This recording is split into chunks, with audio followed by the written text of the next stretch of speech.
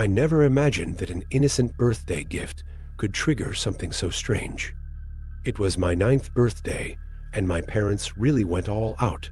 Transformers toys, a cake with Optimus Prime on it, and an old pair of walkie-talkies that, according to my dad, had been his.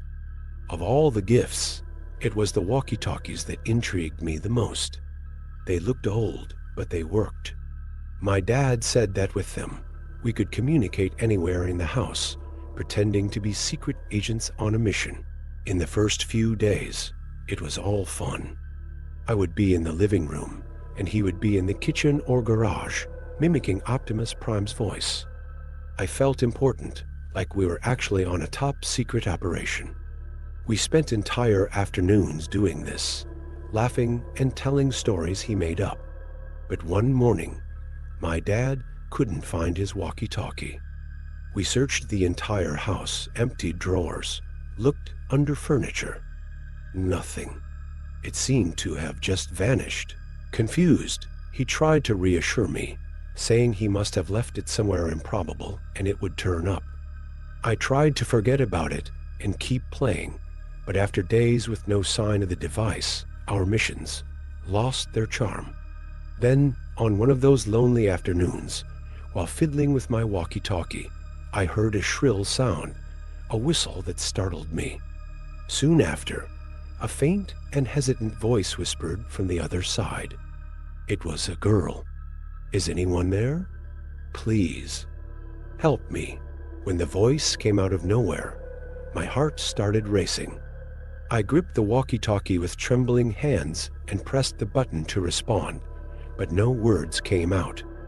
Who was she? How had she found the frequency? The idea of another kid using the walkie-talkie seemed kind of fun, but something in her voice made me uneasy, like it was too real. At that time, my life was very peaceful. I was just an ordinary kid, with a safe, almost monotonous routine for my age. My parents were very present, and that special connection with my dad made me feel protected. The walkie-talkie was just a toy, and the missions were a way to pass the time. But after that voice, everything changed. It was as if the house had become a little quieter, and every noise echoed differently. In the following days, I avoided messing with the walkie-talkie, but I couldn't forget.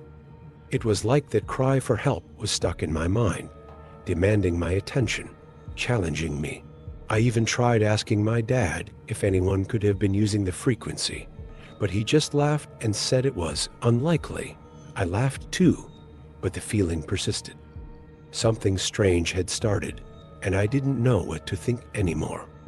The odd incident with the girl's walkie-talkie voice wouldn't leave me alone.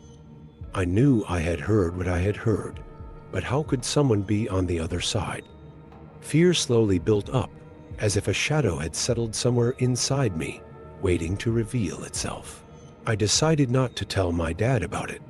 I didn't want to seem paranoid, but my thoughts were fixed on that voice. Why did she sound so scared? And who could really be talking to me? The next night, I was lying in bed, trying to convince myself that it had just been my imagination, when the walkie-talkie beeped again. The sound gave me chills, but this time, I didn't hesitate. I gripped the device tightly, waiting. The girl's voice came through again, clearer this time, but still with a hint of panic. He's watching me. I don't know where I am. I didn't understand what was happening. What did she want from me? I tried to respond, but nothing useful came out of my mouth. Fear took over, and I felt a lump in my throat. I just wanted her to stop talking, but at the same time, something inside me urged me to help her. The transmission went silent for a long time, and I almost began to believe I had imagined it all. But soon after, a sound, low and distant, came through the channel, the noise of something moving. That's when I heard a noise from the other side of the house. I didn't know whether I should investigate or if this was some sort of sick joke. In the following days, something seemed to change in the air. The The house, which had always been a safe place, now gave me an uncomfortable feeling. My dad seemed distant, more preoccupied than usual, as if something was weighing on him. I had never seen him so distracted. When I asked about the lost walkie-talkie, he just answered with a forced smile, saying it would turn up soon. But I couldn't trust that anymore. Something wasn't right. At school, I started noticing small things, like people's smiles. Everyone seemed fake. Especially my mom's look when she asked if I was okay. I knew she was trying to protect me, but it seemed like she didn't know what was going on either. What bothered me was not knowing how much my dad was really telling me. When the girl's voice came through again, something inside me wondered, what if he knew more than he was letting on? One day, while my dad was in the garage, I peeked into the box of old items where the walkie-talkies were stored. To my surprise, the one he said he had lost was there, on top of a pile of stuff, as if it had been there all along. But how did that explain the girl's voice? I felt like something was being hidden from me, something I wasn't yet ready to face. That night, I couldn't sleep. The walkie-talkie was beside me on the bed, and the girl's voice still echoed in my mind. I had tried to forget everything, but every time I looked at the device, the fear came back stronger. The unease turned into something visceral, like I was being watched, like something was there, waiting. I knew I had to do something, face what was happening, but every time I tried to turn on the walkie, the only thing I heard was silence, as if no one was on the other side. Then, in the middle of the night, the beep broke the silence. The sound was sharper this time, almost desperate. I pressed the button, but before I could say anything, the girl's voice came through, more frantic than ever. "He's here. He's coming for me. You have to help me, please." My stomach churned. It was impossible to ignore. This wasn't a mistake. It wasn't a coincidence. Something real was happening, and I was involved. I could feel the sweat trickling down my forehead as I tried to form words. "Where are you? How can I help?" But no answer came. The silence this time lasted much longer. I was about to give up when, finally, the voice returned, but differently. It was a low, distorted voice, like something was changing. "You shouldn't have messed with it. He knows now." The walkie-talkie crackled, and the sound of something heavy dragging across the floor came through the line, interrupting any response I might have had. Fear paralyzed me. I stood there, with the walkie-talkie in my hand, trying to process what I had just heard. "He knows now." That phrase haunted me, as if the mere mention of "he" was enough to make me understand that something much worse was about to happen. I couldn't think clearly anymore. Panic took over, and everything around me seemed to distort.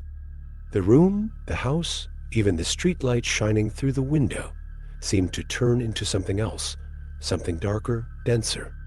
This was no longer just a game or a sick prank. I stood up and went to the door, trying to get away from that sound. I wanted to scream, but my throat was dry. I knew my dad was in the living room, but somehow it didn't feel safe. Something inside me told me not to talk to him about this. I went to the garage, where he always kept his tools. I wanted to find some kind of answer, some clue that would explain what was happening. But when I opened the garage door, the shock was immediate. In the center, on the table, was the walkie-talkie. What was even stranger, beside it, was a note. "You sought the truth. Now he will seek you." Fear surged like a wave. I knew there was no turning back. I felt a tight knot in my throat as I read the note. The fear was so intense it almost stopped me from breathing. But somehow, something inside me awakened. I didn't know what was happening, but one certainty began to form. I couldn't ignore it anymore. I couldn't run anymore. Something was challenging me, and now I had a choice: stay paralyzed by fear, or try to understand what this he was, who or what was chasing me. With the walkie-talkie in hand, I went to the backyard. The night was cold, starless, and the only thing I could hear was the sound of the wind. I knew I couldn't trust anyone to help me. Not my dad, not my mom. They were completely unaware of what was happening. It was as if everything around me was disintegrating, and I was alone, trapped in this nightmare. I'm going to solve this, I told myself, more to convince myself than anything else. I pressed the walkie's button and spoke, trying to keep my voice steady. Who are you? What do you want from me? The silence was absolute, but then a low, almost inaudible response came, as if it were coming from the bottom of a cave.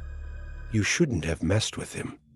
Now it's too late. The fear didn't disappear, but something inside me, an inexplicable force, told me that I was closer to the truth than ever before. And I was ready to face it. I knew I could no longer wait. Time was against me. The words that the voice, disguised as a girl, had said, "Now he will seek you," kept hammering in my mind, like a warning of something drawing closer. The walkie-talkie in my hands was cold, but I couldn't stop holding it, as if it were the only thing connecting me to what was happening. Somehow, I knew that the answer was there, in what I still didn't understand. I went to the basement of the house, a place that always gave me an eerie feeling. I never liked going down there, but now there was no choice. The stairs creaked under my feet as I descended, the darkness consuming the space, and the musty smell surrounded me. The walkie-talkie vibrated in my hand, the sharp sound becoming more frequent with each step I took. I reached the table where the device always sat. The door was slightly open. Whatever it was, I couldn't hesitate any longer. I pushed the door, and there on the table was the other walkie-talkie, the one that had been lost now connected to mine, blinking on a frequency that felt wrong. Are you ready to finally understand? The voice hissed back, deep, as if coming from somewhere far away. Terror froze my veins. The air in the basement was thick. The only light came from a weak lamp swaying, casting distorted shadows on the walls. I was standing before a truth that, for some reason, I still couldn't fully comprehend. The walkie-talkie in my hand seemed to vibrate more strongly, as if it were a heartbeat. I looked at the other device on the table, now on, and somehow I knew it shouldn't be there. There was something more, something invisible, but watching me. I think it's time, said the voice from the walkie-talkie. Its tone had changed. It was no longer a human voice, but something different, lower, drawn out, almost as if it had been distorted by something incomprehensible. The sound made me freeze inside. I leaned forward, closer to the device. With every second, a sense of urgency grew within me. Fear made me want to turn back, but at the same time, there was an uncontrollable need to understand what was happening. I had to know, or I would lose my sanity. Who are you? I asked, trying to keep my voice steady. The response that came wasn't a response. The sound that emerged from the walkie was white noise, followed by a series of crackles. Then, a voice, or whatever it was, spoke again. Deeper, more menacing. You already know who I am. Now I'm coming for you. The walkie-talkie buzzed violently, and before I could react, the sound stopped abruptly. The silence in the basement was deafening. And then I heard it. Something moving behind me. I didn't turn around. I couldn't. Fear paralyzed me in such a way that my mind refused to accept what was happening. The feeling of presence behind me was overwhelming, as if a shadow had formed and was surrounding me. The walkie-talkie was silent now, but I could still feel its vibration in my hands. Something was there. Something I couldn't see, but I knew it was there, watching me. The last thing I heard was a sigh, almost imperceptible, like a whisper in the wind. I screamed, but no one responded. Nothing responded. Today, the walkie-talkie is kept in a drawer. I can't bring myself to throw it away. Sometimes I think maybe it's just waiting for me to forget. But the truth is, I can't forget. What happened in the basement, what I heard, isn't something I can erase. Every day, when I feel alone, the sound of the buzz still echoes in my mind. I know it's there waiting for me. There's no turning back.